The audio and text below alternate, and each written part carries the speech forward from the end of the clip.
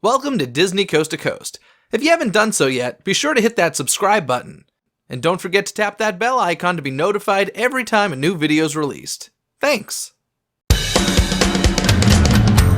Is your magic meter running low? Well, we've got a cure for you. Welcome to Disney Coast to Coast.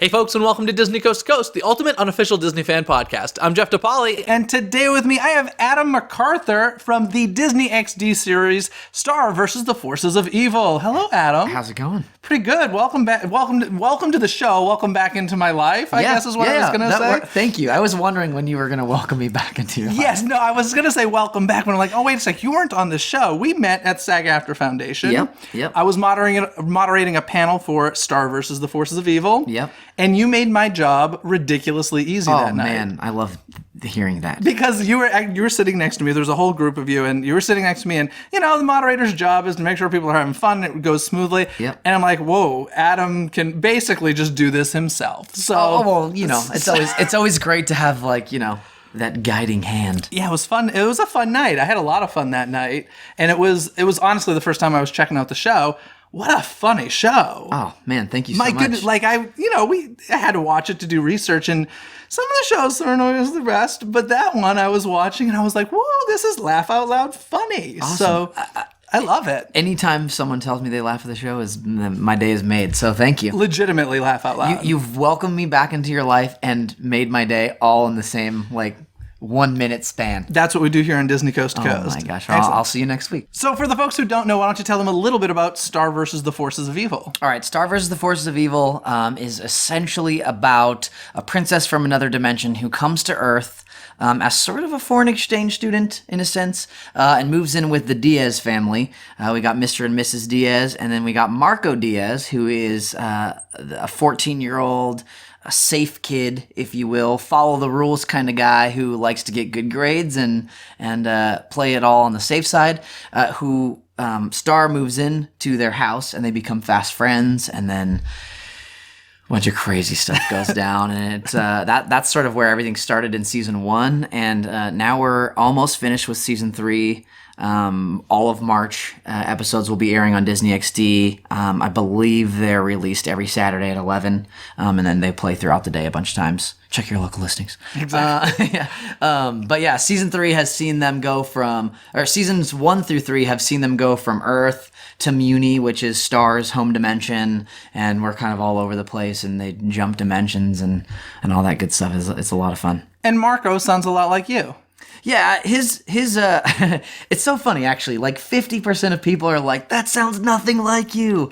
And the other 50% are like, that sounds exactly like you. No, it doesn't sound exactly like you, but what do you think? You could, this is a hard question. I do voiceover and I hear myself in literally everything I do, even if it sounds nothing like me, I hear myself. But do you hear you in Marco, or do you feel like it's very different? Yeah, I mean, in my day-to-day life, I'm pretty animated anyway. Yeah. So I'm kind of Marco, so here, obviously this is my regular speaking voice. Marco is a little bit higher, so he's kind of a little bit more up in here, aged down just a touch, even though I probably still sound 15 with my normal voice. Even younger, but that's cool. Yeah, but, I can hear him, when I'm watching the show or whatever, I can definitely hear me there. And the actress that plays Star on the show is it Eden Sher or Sher? Sheer. Okay. Yes. From The Middle on ABC. Yeah. The Disney-owned Middle. Yep. I love that show, and I love her. I was so bummed she couldn't make it that night. But have you been in the booth with her? Yeah, so a few times. For the most part, we all record separately. But Eden and I have gotten the opportunity maybe 5 times, 6 times to record together, which is super awesome. And yeah, it's I don't know. I think it adds a whole new level of fun because you're playing off of each other. Although I will say, the voice director on Star, his name's Kelly Ward, and Darren, who is in most every session, and even Dominic, who's an EP on the show, and all the other directors who come in. If Eden's has already recorded an episode, they'll play me into important lines and things like that. So I'm still hearing her. So there is an element of play that's still there, which I think you can still hear in the show. There are other shows on that I've watched, and like problem with them is that they don't feel like a cohesive group. Like it feels like everyone doing their best job at doing their character as opposed to like a unit. And I feel like, and again, it's sort of weird because I'm talking about the show that I'm on, so of course I love it. But like, I feel like our show has like a really nice ensemble. Like it feels cohesive. Like not one performance stands out. Everyone together kind of makes it what it is, which is really awesome. I would completely agree. It's a really fun show. Even if you don't watch Disney XD, if you're past that age range, I highly suggest to the listeners, check out Star vs. the Forces of Evil. You've also done some voice acting for Star Wars: The Clone Wars? Yeah. What were you doing with them? So I did the first 3 episodes of season 4, I think. It was all the underwater episodes. Okay. So it was kind of a big deal because it was like the first time there was any world we saw underwater in the Star Wars world, at least animated, or there's none in the live action movies either. But yeah, I voiced a character named Prince Lee Char, who was a 16-year-old prince whose father had been killed, and he sort of, in this 3-episode arc, had to go from being this like super timid, unsure prince whose father just died to the man who will lead the people of Mon Cala. So he's a Mon Calamari. It was super fun. I was gonna say, are you like a Star Wars nerd at all? I'm not like... It's kind of like everybody is, right? Yeah. Like I'm the same way. And in fact, a lot of people, there's been a lot of controversy about The Last Jedi, and people are like, how'd you feel about it? I'm like, here's the deal. I'm kind of like in the best case scenario when it comes to Star Wars fandom, because I enjoy it, but I'm not obsessed. So therefore, you're not going to offend me. Exactly. I am the exact same way. That's also why I hesitate to say, like, are you a big fan of Star Wars? Like, I hesitate to say yes because somebody will challenge you. The people who are big fans are they're awesome, but they know like everything. Yes. I admittedly don't know everything, but of course, I mean, when I booked that job, I actually didn't know what it was until I got there. Oh wow! And when I got in there, one of like it was, which is also kind weird. Of cool. It's super cool. And when I got there, I was in the waiting room, and a production assistant came out and handed me a piece of paper, and I was like thinking, oh, these are my sides. This is my script. Yeah. So I took a look at it, and I'm like, oh, wait a second. And it said, "Dear Mr. McArthur, on behalf of George Lucas, we would like to welcome you to the Star Wars universe." Oh my God. Yeah. Please tell me you framed that. Oh, no, I burned that. No, I'm just kidding. Yeah, you got it framed? No, it's not framed, but I still have it. That's incredible. That's so cool. It was cool. And again, this was me realizing what show I'm working on. Yeah. As I'm reading this thing, I'm like, George Lucas, George? Is he here? Is George here right now? Is this number at the bottom, please? Yeah. Oh my goodness. That's really cool. It was a cool experience. Dave Filoni, the director on that show, was awesome. And that show recorded ensemble, so I was in there with like awesome. Just the who's who of awesomeness as far as That's incredible. Voice actors go. Yeah, I love that. That was before Star, right? Yes, that was before Star. That was, gosh, when was that? 2000 and... I don't remember when it was. All I can tell you is that it was so long ago that my residuals for it are like $4. Yeah, so I love that. Like, yeah, that's like... Where do they even still show that on? I don't even know. No, it's not. I don't think... It was on Cartoon Network when it aired. I don't think they even show reruns anymore. Obviously because Disney purchased... yes. Oh, so that's right, because of... You were getting the letter from... That's right. All right. So this is pre-Rebels and all of that stuff. That's incredible. I love that. I've also heard... So you're officially part of the Star Wars universe. That's very cool. I also heard you recently by recently, like a year ago, 6 months ago, at the D23 Expo you attended. Yeah. Were you part of a panel for that or just... No, not like an organized panel, I would say. Star... announced they had like a publishing panel. Okay. So they did, and they had a signing, which I sort of unofficially crashed. Okay. I was trying not to crash it, but when Darren and Dominic, who's one of the EPs, Darren obviously is the creator of Star, when they saw me sort of looming behind the curtains trying to get their attention, they were like, "Come out here." So I did a little unofficial signing with them. But they were mostly promoting Star and Marco's Guide to Mastering Every Dimension, which is the Star vs. the Forces of Evil book that's available on Amazon. There you go. Yeah. Plug. Plug it all. Okay, awesome. Yeah. And there's actually... So that book did so well. They released a limited edition version of it.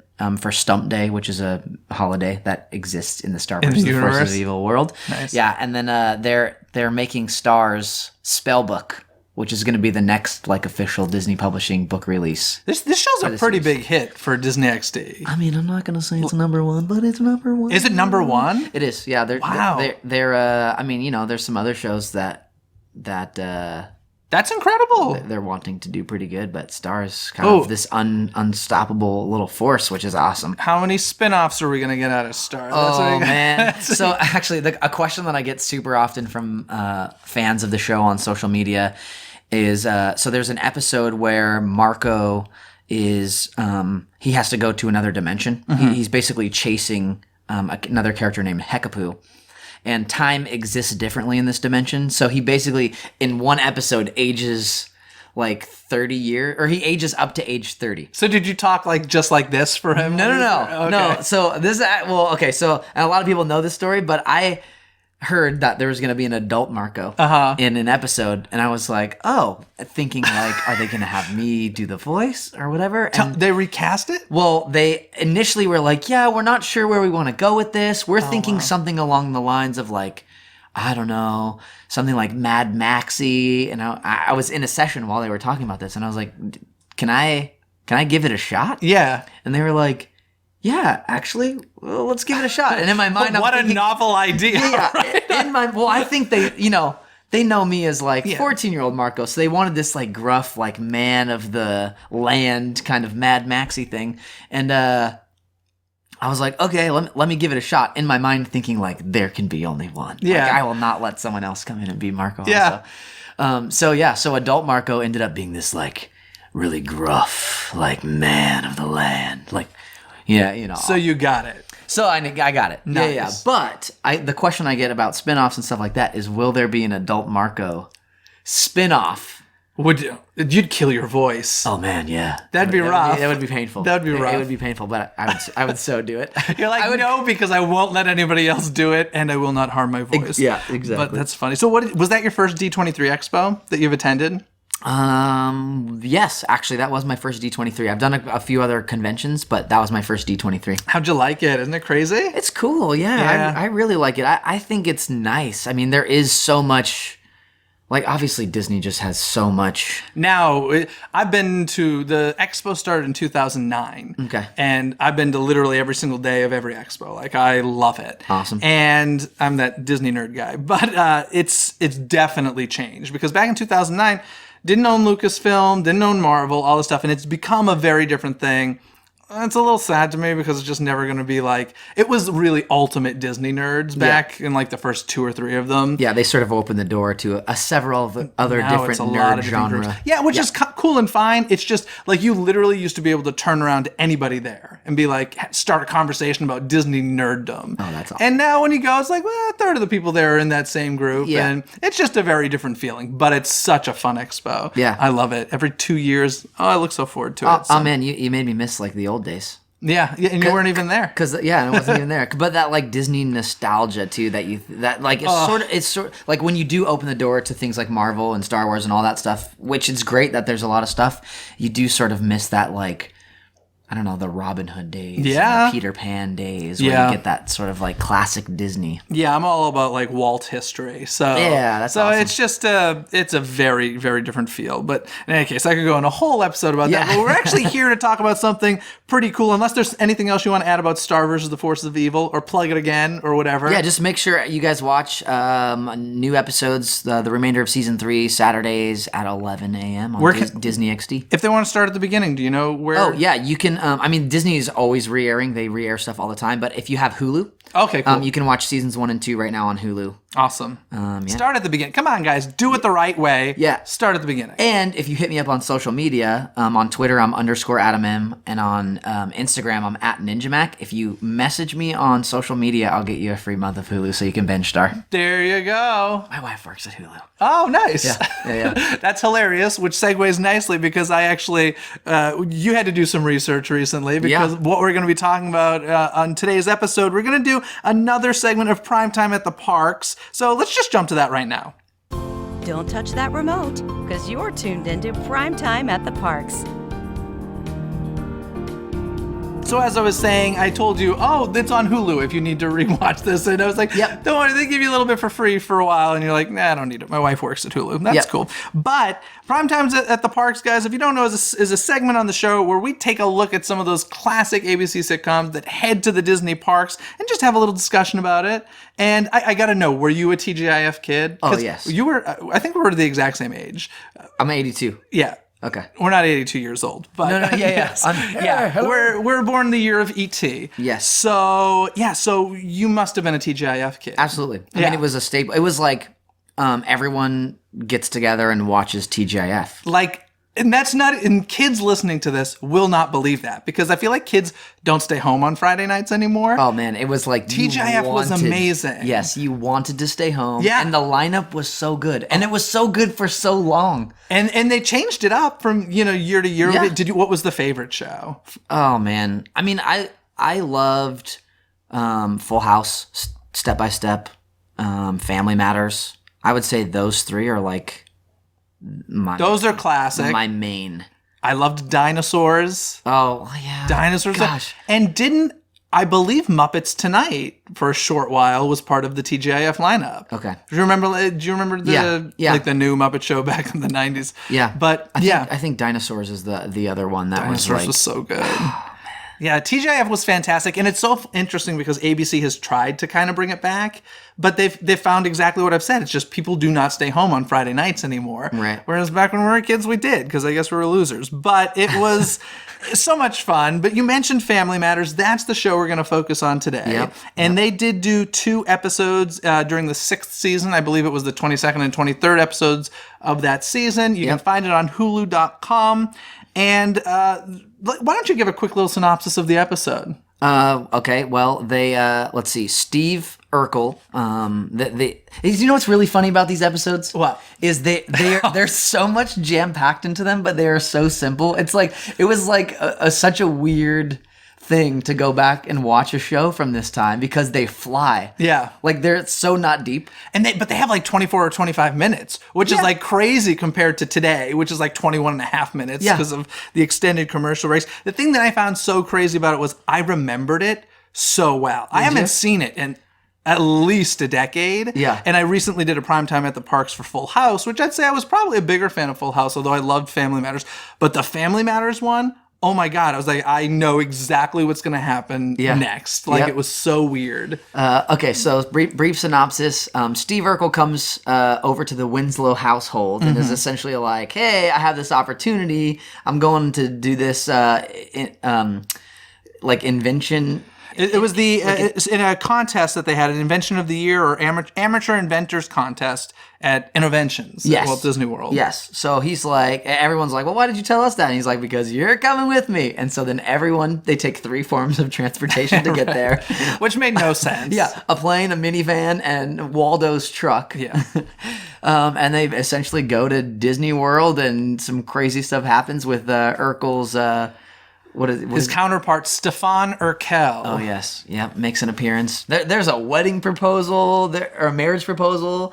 There's a breakup. It gets crazy. Yeah. Now, I forgot, and I really watched Family Matters like every week. It was a regular show for me, but I did forget how annoying Steve Urkel's voice is. You know, it's so funny. I was watching it, and I'm like, I'm having a hard time understanding what the heck he's saying. It was really high-pitched. Yeah. Like, way more high-pitched than I remember. What's amazing is it's really effortless for him yeah. too. You know, like when he switches to Stefan and you're like, okay, that's what he sounds like. Yeah. But then when he's Steve Urkel, I'm like, how did he sustain that? Do you remember how Steve Urkel was introduced to the show? No. Although I saw the pilot and I was like, man, I need to watch the pilot. Oh, I was going to say you sat and watched it again. You saw it that it was there on Hulu. Yeah. I'd be curious to see that as well. But I know Steve Urkel was actually introduced as for like the tag at the end and the intro. And like he just kind of bookended the episodes or was in one and the other for a long time. And then like that character really caught on. And they're like, oh, this is what's going to keep us on the air for, what was it, 7 years or however many years it was. And so he became a regular part of the show, which is so crazy to think about. Yeah, that's so wild. But yeah, his voice way higher pitched than I remember it being, which was just a weird thing to remember. I actually went to a taping when I was on vacation with my family out here, and I went to the first episode of the final season of the show. Wow, And I was that's like, this awesome. is so cool. And I remember Jaleel White knocked something over during a take, and of course they yell cut, and he's like, "Did I do that?" And the crowd goes wild. I'm like, gosh. my God, it's like it was catchphrase heaven. Yeah. With him. Yeah. But in any case, in this episode, we do see the Winslows show up at Wilderness Lodge Resort at Walt Disney World, and I was like, Wilderness Lodge, I'm like, what an interesting choice. Have you ever been to Walt Disney World? I have been to Walt Disney World. I was 11 or 12. It's changed a lot. I bet it has. It's changed a lot. At some point, I'm going to go back. You know what's really funny, though? My memory of being there was... You remember Gia, the character from Full House? Gia. Stephanie's best friend. Who was Oh, yeah, kinda like the punk bad girl. Yeah, Yes. the one who would like smoke and stuff. And, she she's was, like- on Fuller House now. Yeah. So she was kind of the bad girl or whatever. I swear I saw her at Walt Disney World, and I was like, I was in love immediately. And I remember convincing my parents to go like to a certain area of the park because I swore that I saw her and I needed to like. Did you ever See find her out again? if it was her? Nope. You know what stinks is if that were today, all you'd have to do is go on Twitter or Instagram. or Instagram and find story. out. Oh, man. I know. I love that that's your memory of Walt Disney World. That's kind of unbelievable. But in any case, the Winslows were staying at Wilderness Lodge, which I did some research because I was like, that's an interesting choice. This episode was in 1995. Wilderness Lodge was actually built in 1994. So, of course, these shows are very often used to promote their newest stuff. Yep. So that was one of the things that they were promoting on there. As you mentioned, Steve Urkel turns into Stefan Urkel with his transformation chamber invention over at Interventions. Do you happen to remember the piece that so Laura decides she's going to destroy the machine so that because she loves Stefan, and this character of Stefan had been introduced in previous episodes, and so she's like, no, I don't want Steve Urkel back. I want Stefan to stay. So she takes a piece out of the machine. Did you happen to catch the name of the piece that she took? No. It was the most ridiculous thing I've ever heard. The bibulating rebobulator. Yes. Yeah, I heard him say it. Yeah, Steve Urkel's like, the bibulating rebobulator's missing or something. And I was just like, are you kidding me? Did somebody really get paid to write bibulating rebobulator? Although he said it effortlessly. He did. And he said it as Stefan effortlessly as well. Can we just say Jaleel White, good actor? Yeah. Good actor. Yes. I wish you got Jaleel White in the show. That should happen. Let's do it. Can I come at that time? Absolutely. If that happens, you're back. Awesome. Absolutely. But there's a great moment where Carl Winslow, the patriarch of the family, is heading to the Magic Kingdom. And he's still thinking about work. He's in his everyday life type of mode. And then he looks up, he sees the railroad station, and he has that epiphany. The music slowly starts and he's like, this place is great, essentially. Yeah. Have you ever had a Disney Parks moment like that? I feel like every time I go, I have that kind of Do you moment. go to Disneyland a lot? I would say I go probably like 4 times a year. Okay. Yeah, That's a 3-4 good amount. times a year. Yeah.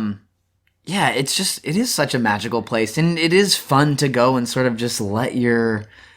This sounds so cheesy, but like let your cares go, and like be sort of like fall into the magic of it all because it is such a magical place. Like when you're on the like when you get on the train in Main Street Station and the voice comes over. Your attention, please. Yeah. It's just like I don't know. It's awesome. Yeah, I totally buy into the happiest place on earth. Yeah. I think somebody's gonna yell at me if I get this wrong, but. So Disneyland, I believe, is the happiest place on earth, and Walt Disney World, I believe, is the most magical place on earth. Okay. Because I know there's like this unofficial battle between cast members on both coasts, where like they're all like, mine's better, and the Disneyland argument is Walt was here, this was his park, and the Walt Disney World crowd is like, oh, ours is bigger and shinier and all this stuff. So it's this constant little stupid fight that goes back and forth. Can't we all just get along? They're guys? both wonderful. It's actually the most common question I get is which is better. And I always tell people, here's a little secret so you guys don't have to do this. I always tell people, go to DisneyCoastToCoast.com and click on the frequently asked questions and you'll find your answer there. Awesome. And it literally says an impossible question to answer. Like that is my answer. Awesome. It is an impossible question to answer. They're both so great for totally different reasons. I've asked my brother that question. Like I used to ask him that all the time because I grew up going to Disneyland here in Southern California, but he worked at Walt Disney World on the Jungle Cruise for a summer when he was away at college. And so I always asked him because he loves Disney too. I so. could totally picture you as a Jungle Cruise skipper. Oh man, I would crush those stupid jokes. You would crush that job. You'd be fantastic. I love it. But in any case, back to the Winslows and Family Matters. Now, as I mentioned, Carl had this epiphany. They had this funny segment. I thought it was funny where he was taking all these character photos, which is such a big thing now. But it was funny watching this episode from the 90s because like the line of people waiting to meet the characters was like a line of kids. Yeah. And then you had Carl at the end, and that was the joke. And I was like, okay, these days, it's at least an equal amount. Like, it's everybody. It's really not a joke anymore that an adult wants a photo with these characters. Is it because of social media, you think? Like people want to get that good? Yes. Yeah. Yes. That, that's all. That's all I can say is yes. People. That makes sense. Those are very popular photos. Photos with characters are really popular. How do you do with? Are you good at the whole character interaction thing? Or do you find it awkward? What do you mean when you meet a character at a Disney park? Oh, I get a little about it. I think it's a little. Okay, so I've never been like I don't necessarily want to go take my pictures with the characters. Gotcha. Like I've never been super stand in line or whatever. My brother has a story. I have a feeling I would love your brother. He's awesome. Okay, so he told me one time he went up to, oh man, this is so bad. Who did he go up to? Sleeping Beauty. He went up to Sleeping Beauty, and she's Aurora. Yeah, but who's with Prince Charming? That's Cinderella. Cinderella and Prince Charming. Yeah. Yes, so he went up to Cinderella and was like, so what's Prince Charming got that I don't have? And she looked at him, and without missing a beat, she goes, a castle. Oh. And charm. Oh. And that was the interaction. He shook her hand and walked away. Did he even get a photo? Nope. That's fantastic. Yeah. That's one of my favorite character interaction stories of all time. A castle and charm. Well, here's the thing. They've heard it all a billion times, and right? So they've got their lines ready. Yep. That's wonderful. Yep. I love that. Now I kind of want to try that with Cinderella just to see if she'll say it. Oh, you should. Oh, that's good You stuff. totally should. And you should Instagram Live it so we can all watch along with you. And then they kick you out of the park. Yeah.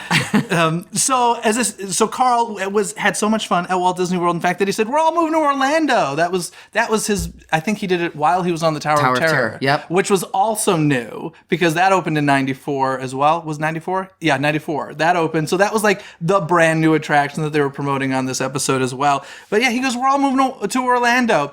Have you ever had that thought? You're at a Disney park and you're like, this is just going to be my life forever. I'm just going to move here. Yeah. Who needs real life troubles? Yeah, there was a brief stint of my life where I was like, you know what? I think my goal in life is going to be to have so much money that I can make a house look like the Toontown house in whatever neighborhood I want. That's amazing. And no one will care. That's like, I'm like, I will have a Toontown house. That's a good goal. Wouldn't that be awesome if you were just cruising around? Listen, that could happen in Los Angeles. Because there's some weird houses here. Absolutely. And you're the voice of a cartoon character, so why can't you have a cartoon house? Oh, man. Yeah, see? I think we need to GoFundMe a collection. Do you know? I would probably make so much money. I would probably reach my goal. I bet. That's ridiculous. As we mentioned, there was the Amateur Inventors Contest over at Interventions, which is like barely surviving over at Epcot. Interventions is a almost dead attraction there, but there's this ridiculous thing where they needed to test Steve's DNA to prove that he actually changed it. They didn't get the DNA sample before he went in the first time. Yeah. And it's like, who's... Because he just changes a suit. It was kind of a ridiculous concept. That was the moment of the show. And did you notice you could see the suit inside the chamber for him to change into? No. Yeah, when they opened the door the first time, you see the suit hanging there. And I'm like, really? Wow, no, I didn't notice that. Go back and watch it. Pretty terrible. But you mentioned The Proposal, which this is a very classic sitcom Disney moment. The Proposal at the Castle, which is, first of all, not original. Can I just say that I see proposals at the castle at Disneyland, I'd say 50% of the time I go. Yeah. It's crazy. So if you really want to do something original, choose something else. Do it on Indiana Jones. There you go. Like how courageous do you have to be to pull out a ring on Indiana Here's Jones? the thing, what if you drop it? Exactly. That'd be rough. Exactly. How bad do you want it is what I'm saying. How can we do this? We'd have to attach it to something. Indiana Jones would be a good choice. What would be another good choice? Maybe as you're going down the drop in Pirates? Yeah. That could work. Yeah. Or Splash Mountain. Splash Mountain. That's a good one. Going down the That I could actually see a sitcom doing. You gotta risk it for the biscuit. You know what I mean? I don't know. I just know that. I don't know. I just said that. Let's put that on a t-shirt. Yeah. Okay. Gotta risk it for the biscuit. All right. What else happened in the episode? Did you have any favorite moments in the episode that when you were watching, you're just like, oh, this is such a fun moment? The whole bit with Eddie and Waldo trying to get there. Okay, what was that? First of all, I felt bad for those actors. Yeah. Because I'm like, they didn't get to shoot any fun stuff at Walt Disney World. So they do have the one moment at the end of the show where you see them pulling up in that Jeep or in somebody else's car because their car gets stolen. Yeah, they're on the back of an old like Model T, Yeah. or Model A, or something like that with a live bunch of chickens. Yep. Yeah. Yeah, so they finally arrive as the Winslows are getting ready to leave Walt Disney World. And I did think to myself, I was like, okay, so they had to go to Walt Disney World to shoot this one scene, which means either they only got one day there, which stinks. Yeah. Or the rest of them were working the whole time and like they got the whole week to have fun. I don't know which was the case, but We should tweet the actors. do you think they're on Twitter? Probably. I'm actually really curious if they are. I'm tempted to say pull it up and see if they are, but I can't even tell you what the actors' names are. Oh man. I had it. Okay, here we'll find out. Here we go. We'll find out. I have my phone out. I am on. He's checking. While he does that, Yeah. I do want to mention there's a pretty cool scene. It's actually a quick moment where Laura and Stefan are at a nightclub, and it brought back some fun Pleasure Island memories for me. Do you remember Pleasure Island at all? in Downtown, in the old downtown Disney. I do. Yeah, so they featured that in there. They got quite a few things. They got all the parks in there. There was a great overhead shot of Disney MGM Studios, which did you ever get to experience? I did. So, Yep. I am like a hardcore Disney MGM Studios fan, and like this was vintage Disney MGM Studios where you had the Streets of America and everything that's basically been plowed now for the purposes of Star Wars Galaxy's Edge. And I was like, oh, this is kind of a knife in the heart seeing all of this fun stuff. But yeah, the road trip I thought was the craziest story. And I honestly don't know why they did it. Like, I'm not sure. Is he there? Oh my goodness. Yep. Darius McCrary, who this is not Eddie Winslow. No, wait a sec. But I know him well. Oh, okay. So he was the actor. Yeah. So that's his description on Twitter. His username is Darius McCrary. An honest artist, not Eddie Winslow, but I know him well. And yes, Family Matters, follow my Instagram. All right, so let's tweet him right now. All right. So Here, I'll follow him. let's follow. Although it doesn't look like he's had. Oh, does he not? 4 hours ago. Yeah, 4 hours ago. He does, but it's on Facebook. Like, Okay. Here. Hold So we're gonna. You're gonna let me know if he tweets back. And okay, I'm saying at Darius McCrary. Question. Recording at Disney CTC right now, or something like that. Okay. Recording at. This is thrilling for the listeners. Let's see. DIZ. There we go. There we go. And wondering. And wondering whether or not if in the Walt Disney World episodes, if he replies, this is going to be one of my favorite moments. Walt. Okay, here's what I'm going to do too. I'm going to retweet my own tweet so that all the fans of Star vs. the Forces of Evil are like, what the heck are you doing? Yes. And then they all comment. So he'll get a ton of notifications and hopefully give us an answer. Here we go. Let's see. At Darius McCrary. Question. Recording at Disney TC right now and wondering if in the Walt Disney World eps of hashtag Family Matters. This is amazing. He's going to be like, where did this come Family from? Matters.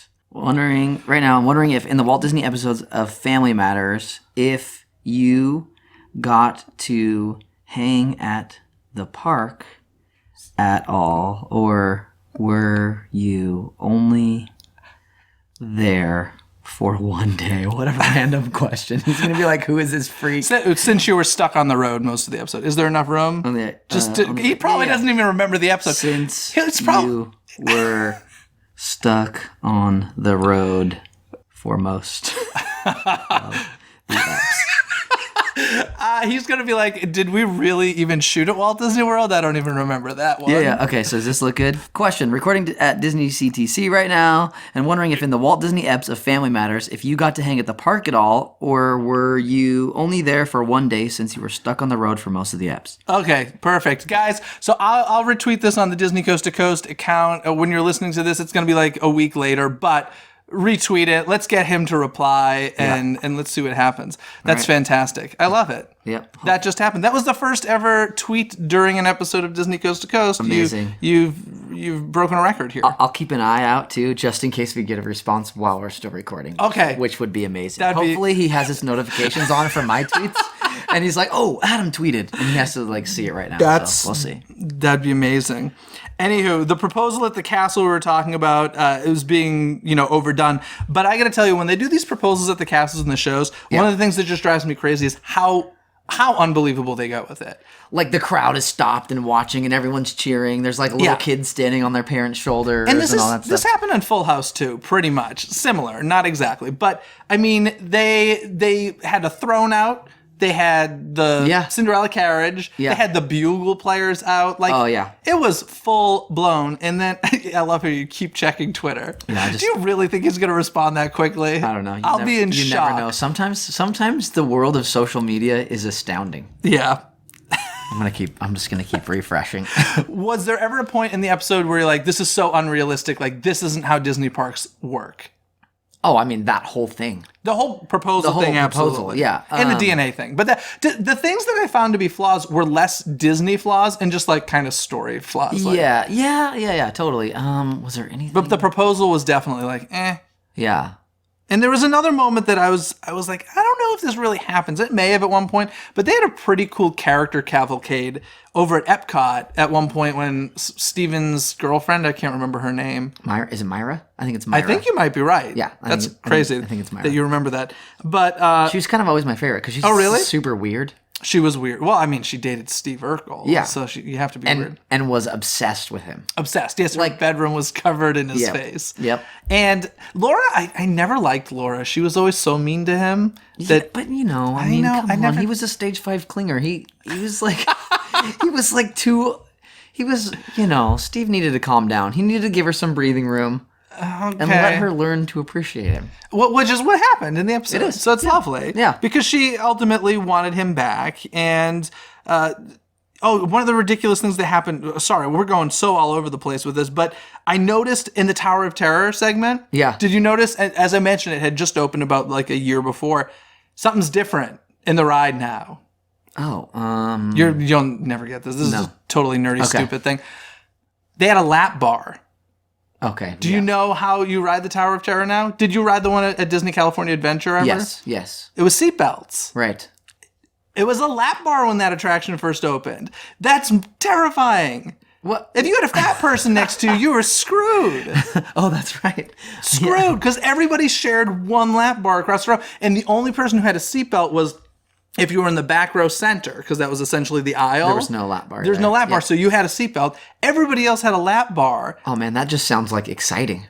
It's terrifyingly exciting. Like, sit me next to the big people. Yeah, right. Get that extra little float on the way down. That happens now on the Jurassic Park ride at Universal, where it's just one lap bar that goes across everybody, and there's a pretty steep drop in that. Yeah. And if you're small, you're flying. Like, that's just the reality. You better hang on because the lap bar ain't doing it. I don't know when they switched from lap bar to seatbelt, but I would die to know the reasoning. Like, I hope somebody flew out a pretty good amount. Yeah. And if that's on camera, they should release that. They totally should. There was that Tower of Terror moment in that episode made me really aware of the pacing of these old shows. Yeah. Because the worker who's like, the guy. Oh, yeah, like, the bellhop. Yeah, bellhop, the creepy bellhop who's like, just giving his like really creepy speech or whatever. I was like, man, the camera's lingering on this guy for like an awkwardly long amount of time. I always notice in fact, in this case, this was 2 episodes of Family Matters. So there was the last time on Family Matters thing at the beginning of the second episode. Yeah. And I'm always amazed these days, or not these days, but on the older shows, how long they would spend on the recap. Like, it's a good minute and a half or 2 minutes, which is essentially a couple commercials. Like, these days they fly through so quickly, and it's just really interesting how much they show that you really don't need to know for the recap. I'm like, wow, they're still trying to like work these jokes again or whatever. Yeah. It's a very, very interesting thing. So there's a scene at the beginning when like after they arrive at the Wilderness Lodge and they run into the cart full of luggage and it falls everywhere or whatever, but then they go inside and he meets the invention guy, and like the guy who's running the invention thing, and there's a scene where he walks away from him and you can see Steve Urkel in the background, but it lingers on the guy. Yeah. And there's just a super long shot. And I'm like, what am I supposed to be looking at right now? Like, what is happening? And you can hear Steve Urkel talking when he's following Carl, but I'm like, what is even happening right now? it's interesting how back then it didn't feel that way. We've just become so impatient, I think. But at the same time, I don't know. Is it a better thing to have less time? I don't know. Maybe we didn't need that much time to tell these stories. I don't know. I don't know. Yeah, have we just have shows just gotten better? I mean, TV... No, we just needed advertising dollars. Because to be fair, like Netflix and Hulu, the original stuff has totally changed the game. But like now, Fuller House will have a 28-minute episode or a 32-minute episode. And it doesn't feel like it's slow-paced. It's just they have the time to tell the story that they want to tell. Right. So, I don't know. I don't know how writers and editors do it, to be honest. To be like, you have 21 and a half minutes to tell this story. And like, you just get it down. Yeah. And the worst is when you got like the 24-minute shows that are now in syndication and the 21.5-minute format. So those folks have to find 2.5 minutes to cut out of those episodes. Right. Yeah. I'm like, I don't know whose job that is, but that sounds like terrible. And what do they decide to cut out? Like, I guess as you said, there's a lot of like those lingering shots now that there's like, trimmed down. That's gone. So. Yep. It's funny. So overall, I think the unrealistic points in the show, as far as the Disney parks go, a lot of times these shows will be like they'll be at Disney MGM Studios and a second later they're at Epcot, and like, how did that happen? Right. There wasn't much of that in Family Matters. Yeah. I actually think they did a pretty good job. Yeah. The unrealistic stuff is the DNA and the proposal. The story stuff. Yeah, the story stuff and the proposal at the castle was ridiculous. But how much did this feel like a commercial to you?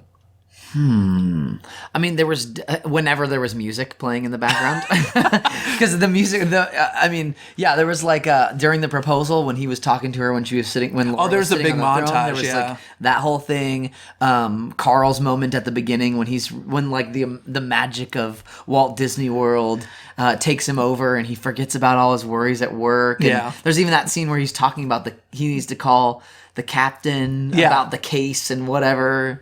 And all that goes away. So it was literally any moment that had like When You Wish Upon a Star playing, the instrumental version swelling up over the action on screen. I gotta tell you, if I were on an ABC sitcom, I'd be like, okay, we need to do a Disney Parks episode before we get canceled. Like, that's just the goal. Yeah. That needs Was to there happen. a dinosaurs one? No, but how great. Well, Walt Disney World didn't exist, but yes, how great would that have been? Oh, that would have been awesome. That would have been fantastic. But, like, if they figured out a way.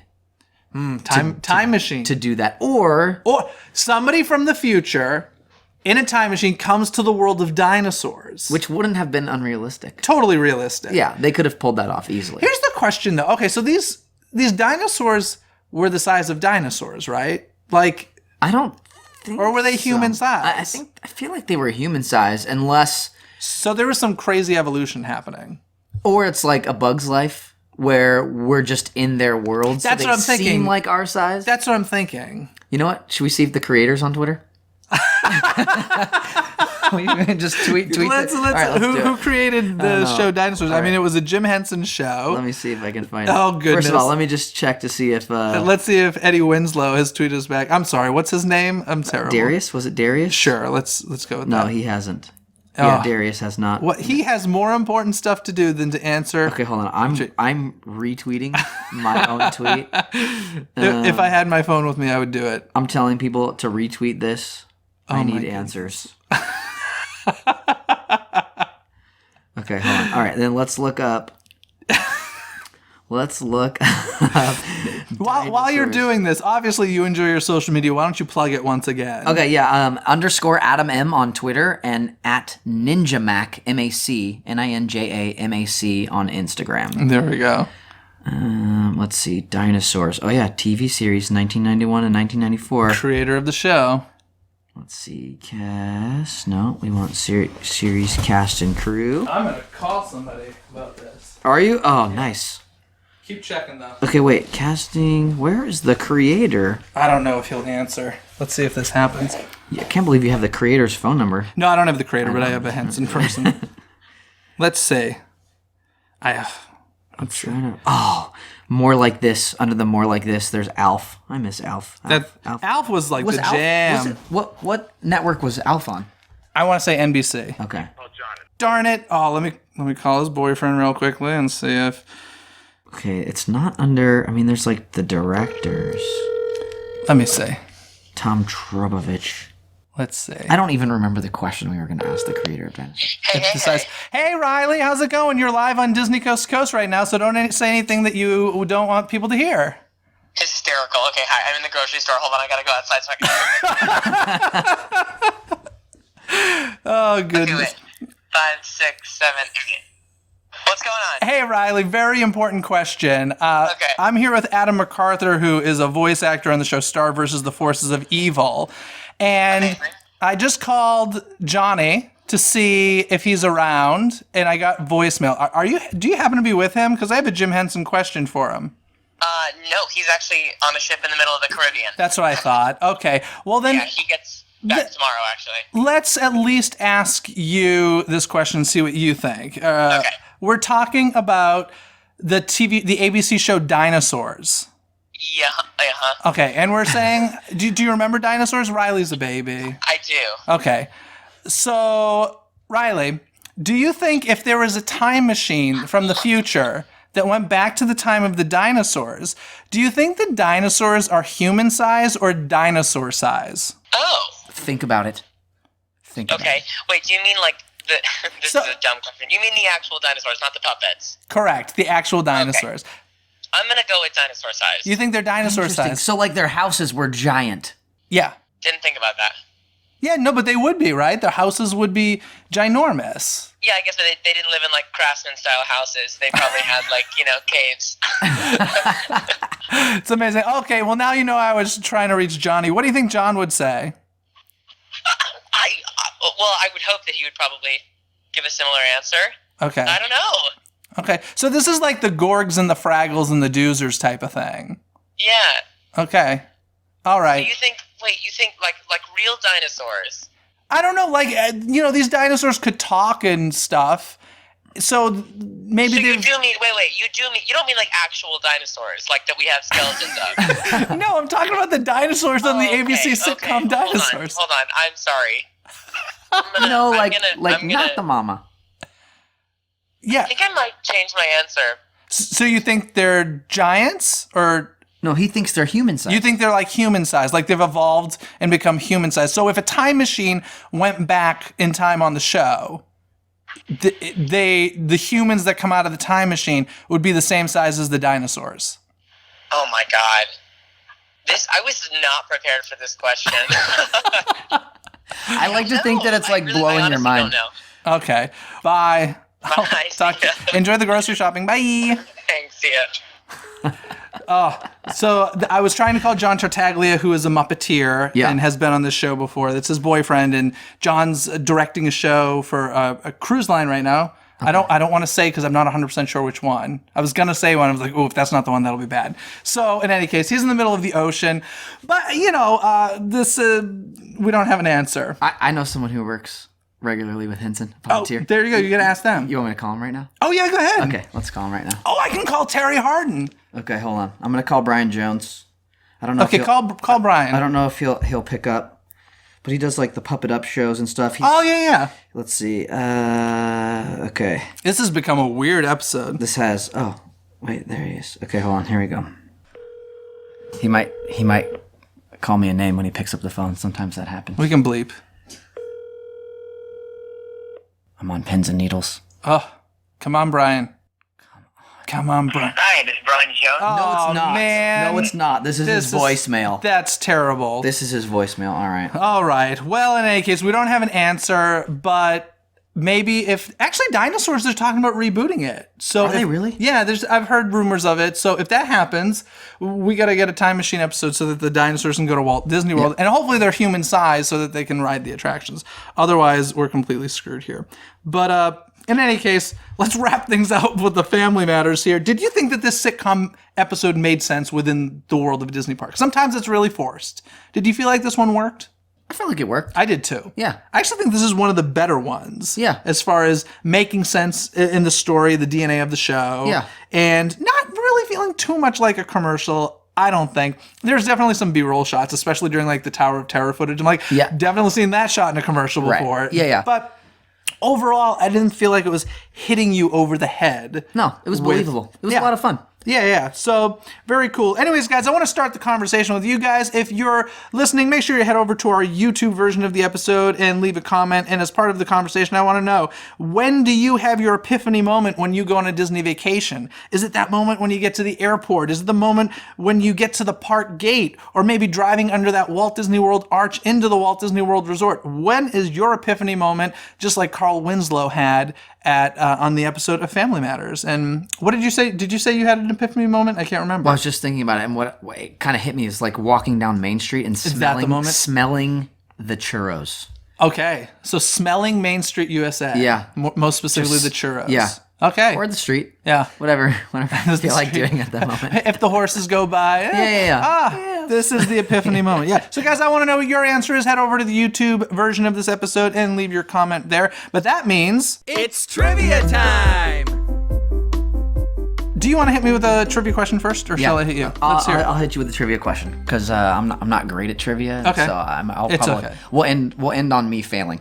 All right. So Steve Urkel is at Walt Disney World for an inventors competition, and in the lobby of the hotel, when he's following after Carl is carrying Steve Urkel's suitcase. Yes. Okay, that suitcase is an invention of Steve Urkel's, and it can carry the contents of how many trunks worth of clothing, and at what PSI are the clothes stuffed into that small piece of luggage? This is such an unfair question.